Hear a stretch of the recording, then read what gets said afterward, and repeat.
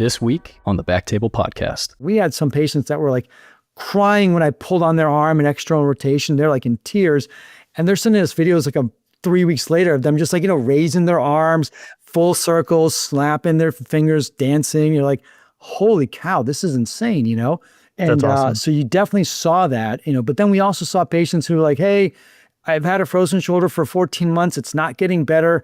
It doesn't hurt, but I can't move it. I'm like, all right, do you want to try this? I don't think it's going to work because your inflammation's gone, but we don't really know. Maybe we'll try it. And those patients really, we didn't see a whole lot of efficacy because, like we said before, the fire's gone at that point. It quickly realized, hey, this is something that is going to help a lot of patients, And so that's why I think Sunny and I have talked about doing the next study in terms of doing a head-to-head, a randomized controlled trial to see cortisone and PT versus an embo.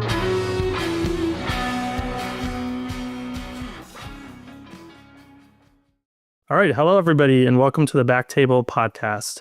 My name is Osman or Oz Ahmed, and I'll be your guest host today. We have a very special episode discussing frozen shoulder with orthopedic surgeon and shoulder specialist, Dr. Samir Nagda. Today, we're going to get the ortho perspective on how he approaches these cases and his overall algorithm for treatment options and the potential challenges. So welcome, Samir. Thank you. Hey, Oz, thanks so much. It's really great to be here. Yeah, that's great. It's our pleasure. So maybe as a brief introduction and background, if you could just let us know, aside from your name, where you're at, what your practice looks like, what your patient population is, all that Sure, sort of stuff. Yeah, I'm a practicing board-certified orthopedic surgeon. I'm fellowship trained in sports medicine and a member of the American Shoulder Elbow Surgeons. I have, a certificate of added qualification in sports medicine. Did my residency at University of Pennsylvania. Did my fellowship at Curl & Job Institute in Los Angeles. And I've been practicing here at the Anderson Orthopedic Clinic for 19 and a half years now. And I've had an appointment at Georgetown University Medical School during that whole time. And I actively teach residents at Georgetown as well. Awesome. And your practice focus is particularly shoulder, or is it any other joints? I started out as a sports medicine doctor, but I've just sort of morphed into a shoulder specialist. So I'll still do probably 10 or 15% of my practice is, knee stuff, but really 85, 90% of it's all shoulder. Oh, cool. And what would you say kind of sort of drew you to the shoulder as a joint as opposed to the other parts of sports medicine? I think it's really interesting. You're a product of your environment. And, when I got to Penn is from an orthopedic standpoint, one of the biggest shoulder centers in the world. And so one of the top shoulder surgeons in the world, Dr. Jerry Williams, was there. And when I went to interview there, he and I kind of hit it off. And after the interviews, they would make some phone calls to some of their top people that they wanted. And I remember the day that he called me in particular and said, "Smear, we really want you to come here to Penn."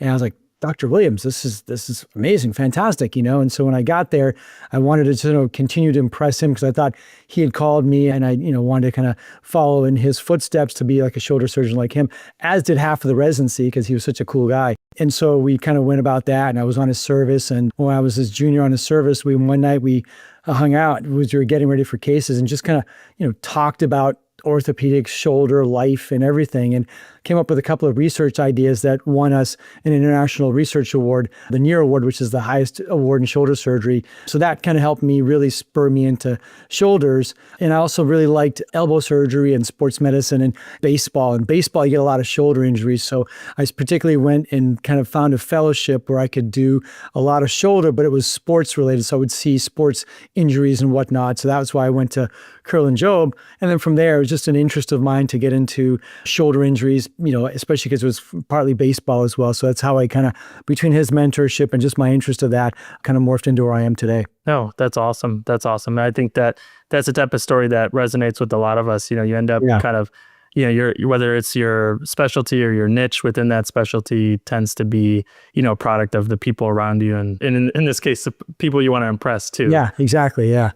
Okay. Well, the episode's focused on frozen shoulder. I'm excited to kind of dig into this with you, kind of pick your brain, especially as it pertains to embolization. But, I think for a lot of us as IRs, right, frozen shoulder is not something that we commonly encounter unless we're kind of a dedicated musculoskeletal practice. So if you could, for maybe the average IR out there, tell us a little bit about the process of frozen shoulder as a disease, its prevalence, just kind of important background stuff that I think as, IR physicians looking to get in the MSK embolization space should probably know? Yeah, I think the first thing is, even in the shoulder world, if you go to shoulder meetings, it is like one of those things that we see like all day, every day, but never talk about at meetings. And you know how it is, you go to meetings and they're talking about the one case that you might see every 10 years. We'll sit there and spend an hour pontificating on it.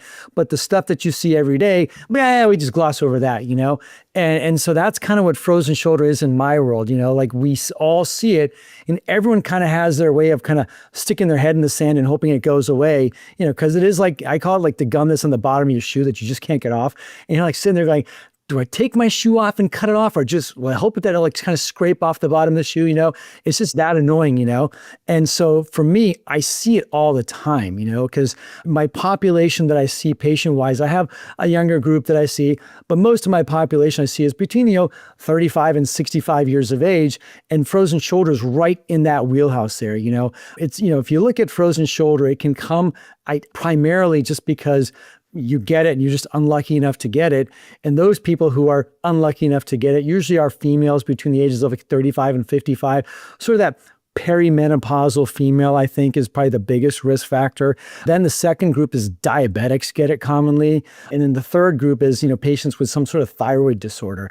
And the thing that kind of binds all of them together is there's some hormonal deficiency in all of them. One of the things we're studying right now from an etiology standpoint is there some hormonal, trigger that triggers this thing? And if so, can we stop that trigger? And so stay tuned on that, because that way, if we can get to the root of the cause, then we can flush this thing out completely. But until then, frozen shoulder to me is like, it's like the flu, it's a bad flu that you're going to get. And once you get it, you're going to run through the cycle of, you're going to feel like crap for a couple of days, right? And then you're going to finally get your wherewithal, start eating and drinking, and then get back into life when you get the flu. Same thing with frozen shoulder. It goes through different stages. The first stage is the inflammatory stage. And I think for us, that's where we should spend the most amount of time on, because that's really where it pertains to the IR population in terms of when it's the most efficacious. And once you get that inflammatory stage, I'll sometimes see patients that we're told, oh yeah, you might be getting a frozen shoulder. Start doing PT right away because you don't want to get a frozen shoulder. Well, that's like saying, hey, you're coming down with the flu. Wash your hands a lot because then otherwise you're going to get the flu. Sorry, too late. You got it. It's going to happen. So at that point, you want to start thinking about how to, get through the symptoms and get through the different phases more so than just trying to not get it, And so patient population wise, those patients, you have to have a high, level of suspicion if they come in without a great story for, hey, how did you hurt your shoulder? Well, I sneezed. And then the next day my shoulder hurt and now I can't, move my arm. That's a classic frozen shoulder case because they didn't like fall down some steps, hit their shoulder, fall off their bike or something like that. They usually come in with some sort of mundane sort of, thing that happened to them or nothing at all. And they came in with pain. And so from there, you start to identify them. But it's that patient population in that sort of middle age. You won't see it in like the 18-year-old, 19-year-old, and you probably won't see it in like the 80-year-old either. It's that middle-aged patient that you'll get it in, that you'll see, That makes sense. And so, I think again, like I said, a lot of us don't often, primarily manage these patients. And so how do we distinguish like a frozen shoulder from somebody who has also like a garden variety rotator cuff tear or tendinopathy or even OA per se? Yeah. So, and that's the biggest thing for OA is X-ray. If they got OA, you'll see it on the X-ray. There'll be bone on bone. There'll be some bone spurs in there. And that's going to cause its own level of inflammation in the shoulder, which is what frozen shoulder is, right? It's an inflammatory, lightning bolt that hits the shoulder, and you need to kind of deal with that. So if you have something else that can cause inflammation, like a rotator cuff or arthritis, it can act just like a frozen shoulder, but not be a frozen shoulder. And so that gets into, imaging and whatnot, and also for me, when we did our study, we looked at, MRI had to confirm that we had a frozen shoulder before we said, hey, embolization is good for you. And also to confirm that there was nothing else going on. So, on the MRI, you'll see that capsular edema, that fluid within the capsule in the inferior recess or in the rotator interval. That's classic for frozen shoulder, and especially if you also see like a synovitis, something that looks like, hey, that's an MRI arthrogram, right? No, that's not. That's just a fusion in the joint that looks like an arthrogram. Well, how the hell did they get that there? This has got to be like an early frozen shoulder or synovitis or something like that. And that's kind of what I look for on imaging to see. And then from there, once you see that on the imaging, you got to look and see where they are in the frozen shoulder, continuum there. There's 3 phases I tell patients. The, inflammatory phase where it just hurts. And that's when you'll find the edema within the capsule on the MRI. And then you'll get into the frozen phase where the capsule looks really thickened. They don't hurt at rest, but they're stiff as a board. They don't move at all. And then you got to kind of keep pushing them until, like eventually the capsule loosens up and they will get better range of motion, and this thing will start to kind of ease up. The clouds will part, the birds will start chirping again, and life gets on for them, And so if you have someone in that sort of final stage for them, an embolization is going to be, like we were saying before, water under the bridge, the fire truck that showed up too late, If you catch them early in that inflammatory phase, like that is jackpot. Like that's when you hit them with the embo, and it's like, a fire that's about to start, you just dump a bucket of water on it and it's over, It's over. Yeah. And then in that frozen phase, is that a painful phase or is that just more of a mechanical can't move your arm phase? It's a mechanical can't move. And you can sort of get confused by it because they can still have some lingering pain because it's not like one phase and it shuts off and you go to the next phase. It blends into the next phase. So you'll sometimes see patients that still hurt, but they're stiffening up in there. And they're like, yeah, my pain's getting better, but man, overall, I'm terrible because I can't move. So they'll sometimes equate the lack of motion with a terrible experience still, even though it is terrible, but it's not the same thing. You have to really tease out, hey, how's your pain? Well, my pain's better, but I can't move. Okay, great. That means you're frozen, not inflamed. And in that case, the embolization may be a little too late. I see. One of the things I do on exam, if I'm not sure, is I'll just take their arm and just rotate them into external rotation as far as they'll go. And then I'll just crank on them, just kind of jolt them. And they'll kind of give me this look like, what the hell are you doing? And if they'd be like, oh, all right, well, that wasn't a big deal. And the pain doesn't linger. Okay, they're in the frozen phase. But if I do that and they want to kick me and, run off out the room, hey, guess what? You're still in the inflammatory phase, and embolization will probably help you because, you're still so inflamed and the capsule so irritable that when you just kind of pull on it a little bit and they still have, they keel over in pain, that group is still potentially a candidate for embolization. So sometimes I'll even just measure them like, all right, I just hurt you. Tell me when the pain goes away. And I'll just start counting. And if it's more than 10 or 15 seconds, then I know they're still in the inflammatory phase. But if they're like 5 seconds later, okay, it's gone now, but don't do that again, then I know they're pretty much into the frozen phase. And at that point, injections, embolization, a little too late.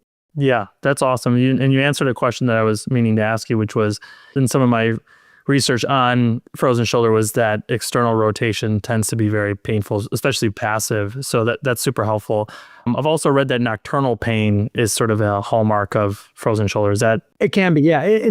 To me, I don't necessarily say nocturnal as much as just pain at rest.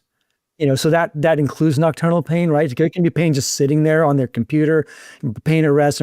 But a lot of times patients are so focused on their life day to day that they just kind of platone it out and they get to bed at night like, oh crap, this really hurts, and it's been hurting all day, but they just really sense it then because that's when their life is quieter, they can really sense it. So I think like some of that nocturnal pain also will be there during the day because how else would you explain, hey, the inflammation just triggers at night and then shuts off during the day, right? So I think it is during the day there too. For a lot of these patients, they may just be tuning it out. Yeah, that makes a ton of sense. Yeah, totally understand. And then, so I think you've started going into this a little bit, talking about where you're considering embolization, but can you maybe walk us through the sort of current treatment paradigm, before embolization ever was on the scene of how you sort of assess these patients and sort of assign treatments for them? Yeah, no, I think the biggest thing is to listen to their history about when this started, what started it, if they got a mundane story about, yeah, I just went to Costco and I picked up a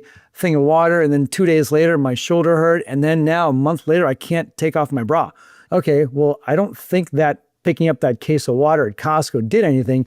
You're just trying to find something in time that would explain why you feel so miserable with your shoulder here, And so that's the first thing is they usually don't have some great thing if they have a classic frozen shoulder. Now, sometimes they do. Sometimes they say, I did slip down some steps and fall, and in which case you have to still get the MRI to rule out some other things there too, right? But if it is that classic frozen shoulder, they usually don't have a great story, and the pain starts and just kind of gets snowballing further and further from there. And then, once you see them, the next thing I do is, hey, do you hurt right here? Does it hurt right now? And if so, where? And, initially in my practice, I would see patients that hurt kind of like all over, like, oh, my whole arm hurts up and down. I got pain into my neck. And I'm like, either you're having a stroke or you got heart issues or you're just nuts, something's not right here. But over the years, I realized, hey, you know what? As this capsulitis is brewing, it's probably inflaming the brachial plexus too. So they're getting some neurosymptoms too. So they can get a wide variety of symptoms early. So if they're getting a lot of like nerve type symptoms too, and you rule out their neck, and like, yeah, neck's fine, they're not issues there. That's another thing to tell me, hey, this is the early phase of it because it's, this fire is burning and there's like anything around it's getting burned because like the nerves, other things like that, the biceps will get irritated. And so you start to look at that pain population, be like, okay, you know what? Maybe they haven't lost their range of motion yet, but you start to look and you're like, hey, you know what? They're just a little bit less than the other side, especially with external rotation or internal rotation behind their back. That's when you'll see them first, like they're losing that. And then I take that patient and just pull them into external and just kind of just torque on it there. And if they keel over and cry, yep, they're in the early phase. That's the inflammatory phase. This is when embo is like at its best. I see. And so obviously, I'm guessing you don't jump straight to embo. Like, is there, when do you consider surgery? When do you sort of consider your conservative options? Where sort of, how do you let's for now focus on just that in hyperinflamed early acute patient. So for that patient, I've talked to a couple of our colleagues that we have in common, Sunny Bagla, about doing a research study to say, hey, listen, we just hit them with cortisone shots and hope that it'll just kind of calm down. And so for me, the cortisone shot's a pretty simple thing. You roll it up and within 4 minutes of talking to them about this thing, I can have a cortisone shot in their shoulder, And so it's a really easy to do, right? And so for those patients, I'll offer them, unless they're like a diabetic, they got horribly uncontrolled diabetes, their hemoglobin A1C is like 10. Yeah. You give them a cortisone shot, they're going to go into DKA and you're going to have fun with that.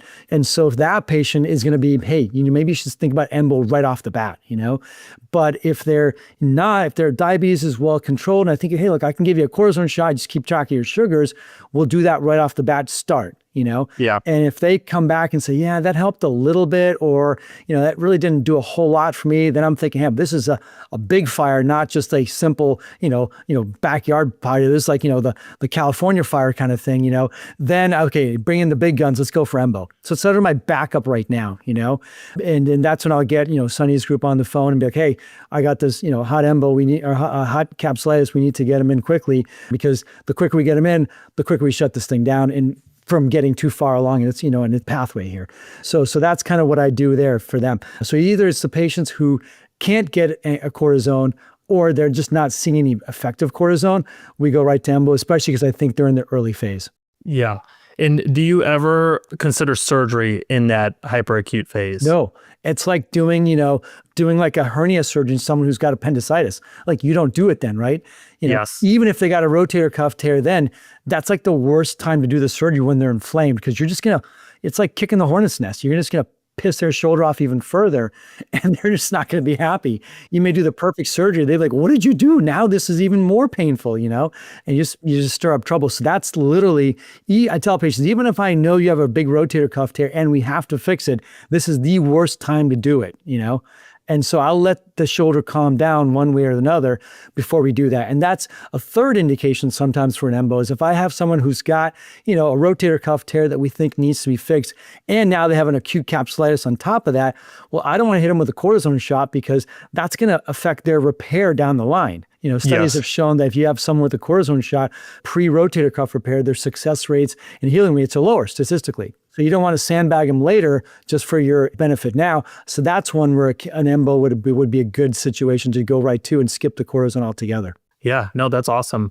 I mean, everything you're saying, a lot of what you're saying is music to an IR's ears, right? You're aware of the shoulder embolization. You're pro intervention, kind of an early upfront. You kind of have bought into this. Now, for most shoulder surgeons that aren't aware of this, which I would imagine most aren't, how would you recommend we approach, someone like yourself that's not aware of this? What type of data would you think we should sort of point to, whether that's in the orthopedic literature or our own literature? I know you mentioned Sonny, who's a pioneer in this field and obviously has published, prolifically on this. I think what we need to do, and the bar is pretty low.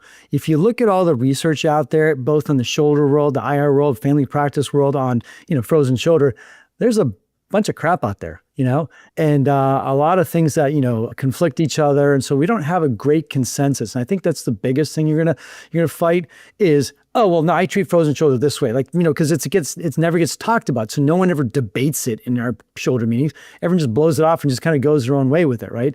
So it's like everyone has their own secret way of doing it, which may or may not work, but they just don't want to be bothered by a lot of shoulder surgeons. So you go to the shoulder surgeon with the idea, like, hey, look, I could take this off your hands if you want, because here's how we can manage it. But if you follow it up with data, you're going to win them all, because I tell a lot of my patients, this is not a true orthopedic issue. What do orthopedics deal with?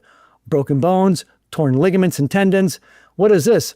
This is just an inflamed capsule. Like, that's not orthopedic. That's just a bizarro thing that your body does, that we now are stuck dealing with because it happens to fall on the shoulder, And so I look at this as hey, as an orthopedic, if I could, pass this off to a family practitioner who says, oh, you're going to go get embolization. And if it doesn't work, then go see Nagda for capsular release. Hey, that's great. I think it's better for the patient versus you get the orthopedic surgeon. We're so stupid sometimes. You're like, oh, what's option 1? Shot. What's option 2? PT. What's option 3? I don't know, surgery. Like, you just kind of go down this line without even really thinking about it. And we can sometimes be very quick with our judgments about things and be like, oh, we'll just do this versus, kind of being more thoughtful about it. And I think this is one where you got to be a little more thoughtful because it's not open and dry. Like, everyone's frozen shoulder can be different. Someone can have super intense pain and someone else will be like, man, it's a little sore, And so the wide range of symptoms you can get from it, wide range of severity you can get from it, not the same treatment's going to work for everyone. So you have to have an open mind about how you're going to deal with it. If you get someone who's like that, is like, hey, you know what? Yeah, frozen shoulders kind of suck because, I give half of them cortisone shot, they do great. The other half suck and they complain and come to my office and still complain about this thing.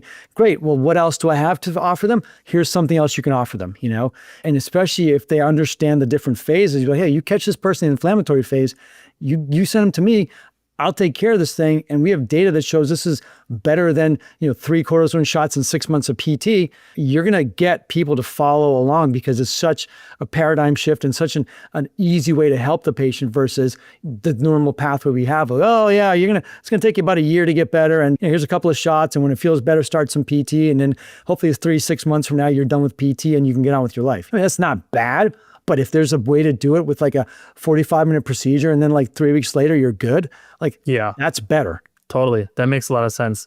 I mean, putting my academic hat on, that makes a ton of sense. What type of data or studies do you think your colleagues in orthopedic surgery would want to see to kind of before they would say, look, I'm good with this? I've talked about it. And I think the one we need to do is find that patient in the inflammatory phase and doing a head-to-head cortisone, PT versus straight up embo.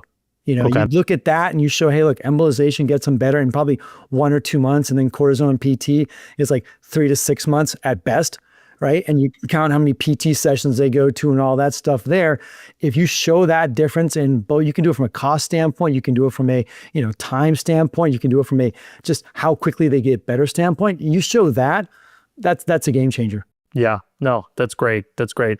And just to reiterate this, going back to embolization in general, I think you've kind of walked us through where you're considering it. Obviously, in this inflammatory phase, when steroids have either failed or not indicated, you advocate for sort of early upfront therapy. Yeah, the more painful they are, the better it's going to help, in my opinion. The better it's going to be. Yeah. That makes sense. So yeah, I guess that answers my next question, which is in that sort of next phase, that middle phase, or even that sort of long phase, you're more hesitant to refer at that point. Yeah, I mean, I wouldn't turn it down, because especially sometimes that middle phase, they linger. They don't go right to frozen. They're kind of like half frozen, but half still painful. And you might have given them 1 or 2 cortisone shots already. Like I don't want to keep getting them more cortisone shots, and they're not calming down here. Then I still think there could be an efficacy. And that point, I would say, hey, listen, if we do this, it's going to eventually shut your pain down. You're still going to unfortunately have to deal with all the therapy that comes with your lack of mobility, because we didn't get to it earlier, but we're still having trouble getting your pain to get better. And that we can get better when we do the embolization, because you're shutting down all those inflammatory vessels, the neovascularization, you're shutting all that down.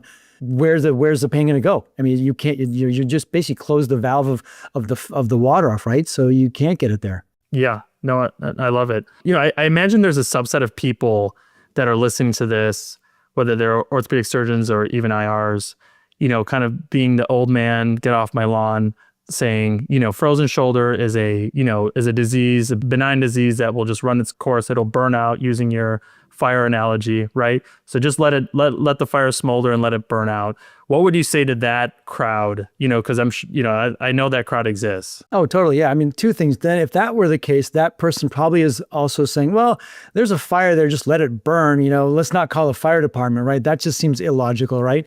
So that's the first thing I would say to them is, yeah, okay, so I guess you don't believe in the fire department. Second of all, is that person's probably never had it, or it knows anyone who's had it. Because when you see these patients in the office, they tend to all be really nice, which really sucks for them too. Because, you get someone who comes there who's just a real prick and they get a frozen shoulder, like, yeah, it suits you, you deserve it, but you get most of the people are really nice ladies or nice people. They come like, I don't know what I did wrong. What happened here, And you tell that person, hey, this could take 6 to 18 months. It's like if I told you, hey, you're going to go to jail for 6 to 18 months, you think your life is over, right? But here, you think, okay, you won't be able to put deodorant on, won't be able to put your bra on, you won't be able to get your clothes on right. Forget about doing sports and things like that for anywhere from 6 to 18 months. I can't really tell you how long it's going to be, but yeah, eventually you'll get there. Yeah, great. In a third world country, you can do that. But here in the US, I feel like we have better options for patients and we should employ them. So the person who says that isn't really, in my mind, being a good doctor in terms of their sensitivity to the patient's needs and their limitations from this thing. Yeah, that makes sense, especially with these kind of minimally invasive options that are emerging for those patients. So yeah, I always joke, a nice patient is usually a poor prognostic sign, right? They usually have a bad disease or, a poor prognosis, which, is sad, but it's true.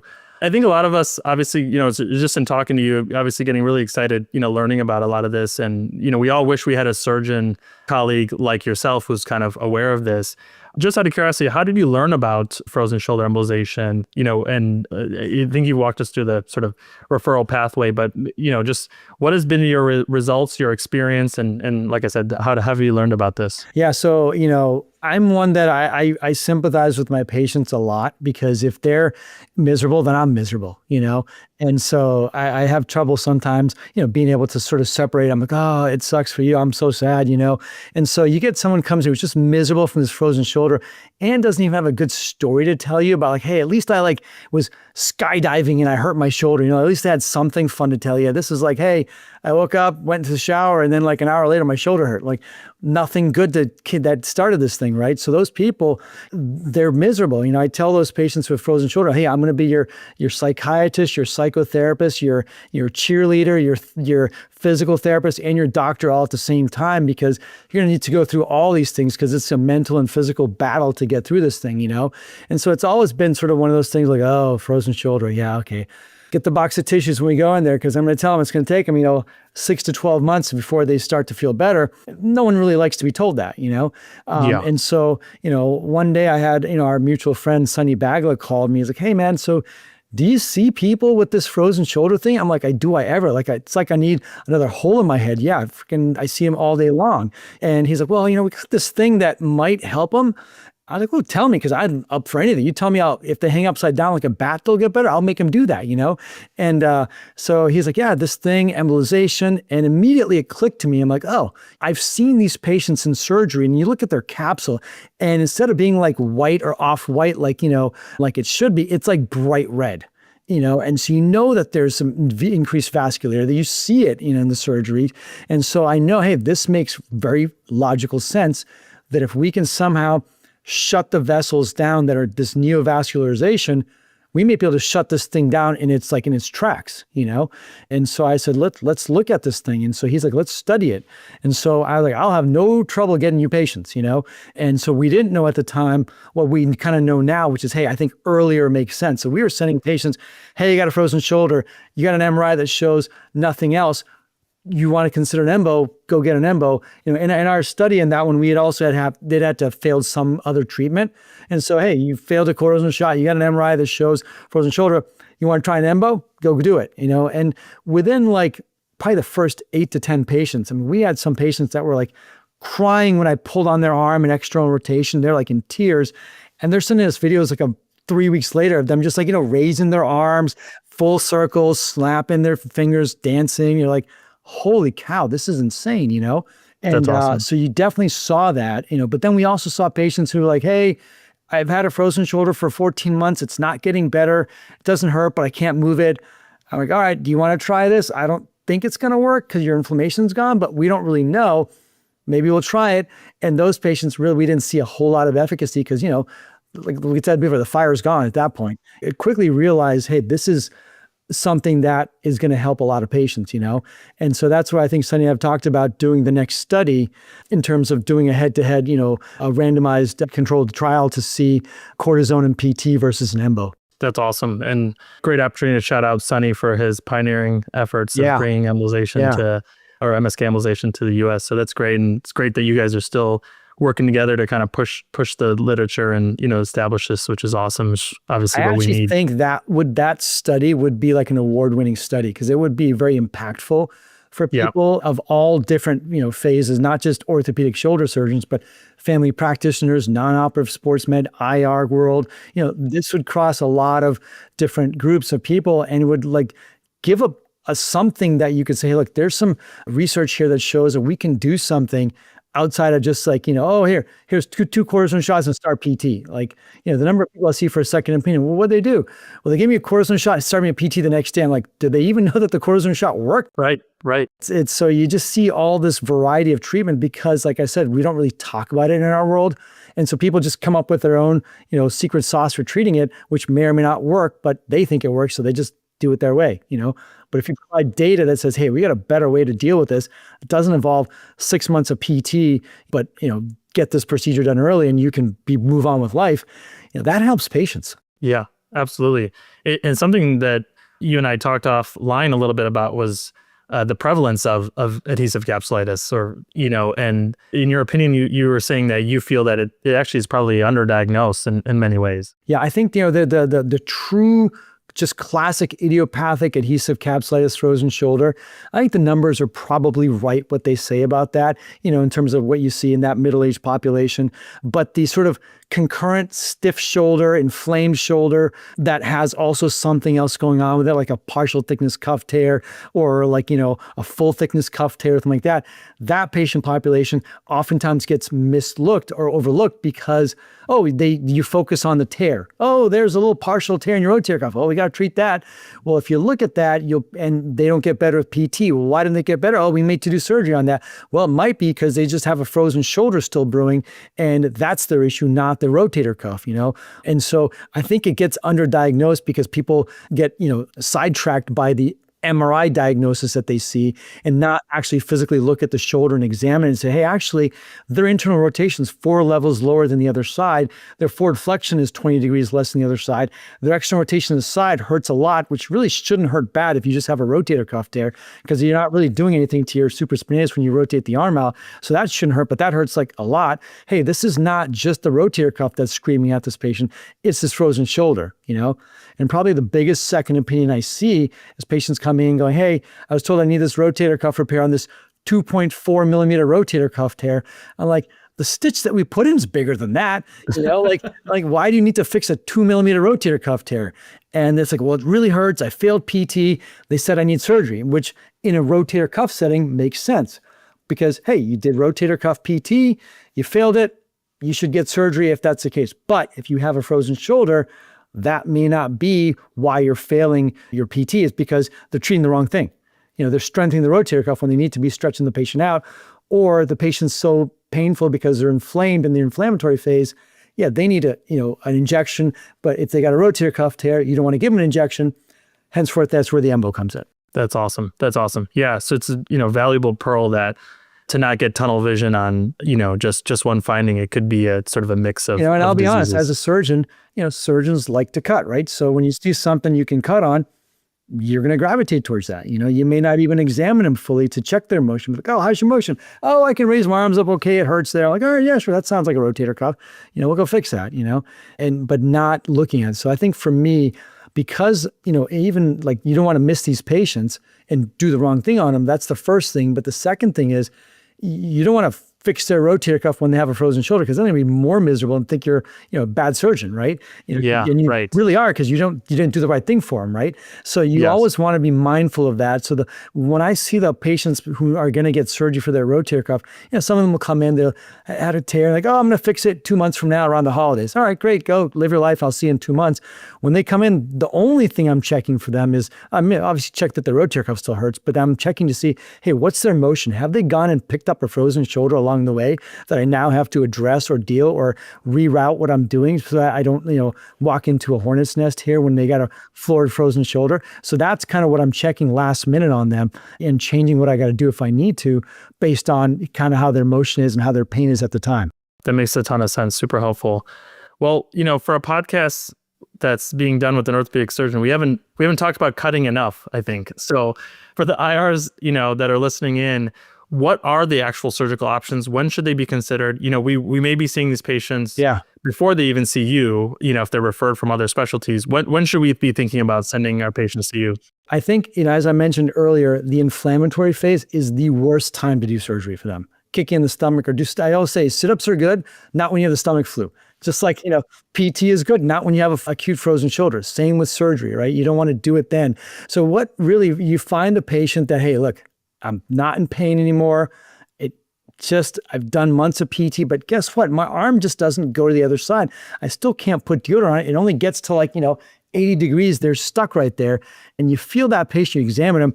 And as you move their arm, it just stops. It's like it hits a wall, and you're like, okay, and the therapist is calling, going, please help me. Like, we're not getting anywhere. We've told each other our whole life stories because we don't have anything else to do. And we've seen them like 40 times and they're just not getting better. And so that patient, I think, is a great one for surgery. Look, you've hit a wall. We've plateaued out. You're not getting better. I can fix you in surgery because in 15 minutes of going in there and cutting the scar tissue out, you'll have full range of motion.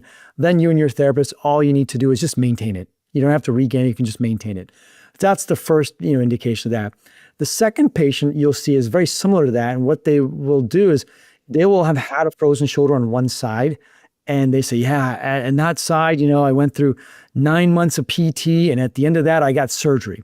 Okay, well, I know how this book's going to end, So in that case, we can go through the 9 months and read the whole book, or we can just flip to the back page and get to it at the very end. So for those people, I say, we can surrender to this thing and just move on. And so I say, look, let's get you past the inflammatory phase. And if we catch you early enough, great, embolization, let's go. Let's throw everything at this thing, and if we can avoid that, great. But if you end up, a month into PT and you're like, yep, this isn't getting better, I'm not going to make you wait another 8 months. I'll jump right to surgery because I know, hey, from what I learned from the other side, here's what we can take and use into our advantage. Yeah, that makes a ton of sense. Super helpful. So I'll quit torching you here. I think we're reaching the top of the hour. So maybe I'll just leave you with any final thoughts that you want to give us, the audience, and specifically any courses, resources, conferences that you would recommend for the listeners who want to learn more about frozen shoulder, get more acquainted with it. Yeah, I think there's a couple of good summary papers. There's the Journal of the American Academy of Orthopedic Surgeons. We call it the Yellow Journal. You ask any orthopedic surgeon, they'll say, oh yeah, Yellow Journal. Yeah, here's my login code. You can get a paper from there pretty easily from any academic institute. And they've had a couple of good, about 8 to 10 years apart. The most recent one, I think, was about 3 or 4 years ago, a summary paper on frozen shoulder going through like the pathophysiology of like the fibrosis and all this stuff like that, stuff you learned at histology and medical school, like what the hell is this for? Like, oh, that's what this is for. Okay, great. That kind of stuff. And understanding the different phases and stuff like that. I think there's a good summary paper on that. But ultimately, I think the biggest thing from an IR perspective, want to know is, hey, how inflamed and painful are they right now versus how stiff they are? And there's going to be an inverse correlation usually. If the more painful they are early on, they actually won't be that stiff. They won't want to move, but they won't be that stiff. they'll just hurt always. And then as they start to get stiffer, their pain will get better. And that's when you're starting to go from the inflammatory phase into the frozen phase, And then once they're just stuck and they're not painful, now they're fully in the frozen phase. Super, super helpful. Well, Samir, thank you so much for your time and your expertise. I appreciate you logging on. We hope to see you again and appreciate your... We'll have to talk more. And we'll get to Sunny. Maybe we'll do a multi-center study on this thing, and we'll get... Because you're at University of Chicago, right? Well, I actually recently just started my own practice, but I actually have way more bandwidth and sort of freedom, in the sort of spirit of Sunny, kind of following his model. And if because I know a lot of docs in Chicago at Rush, especially the shoulder team there, Northwestern too, Loyola. I know all the docs there for shoulder, and I think they would, they're good enough people that have to say I got something that will help you take care of frozen shoulder. People sign me up. We'd love to jump on that. Totally. Well, I mean, I know I just met you, but anything that you and Sunny are on, I would love to be part of. That sounds great. Yeah. Yeah. Really excited. Great. Thank you so much. Yep. Thank you, Samir. All right, guys.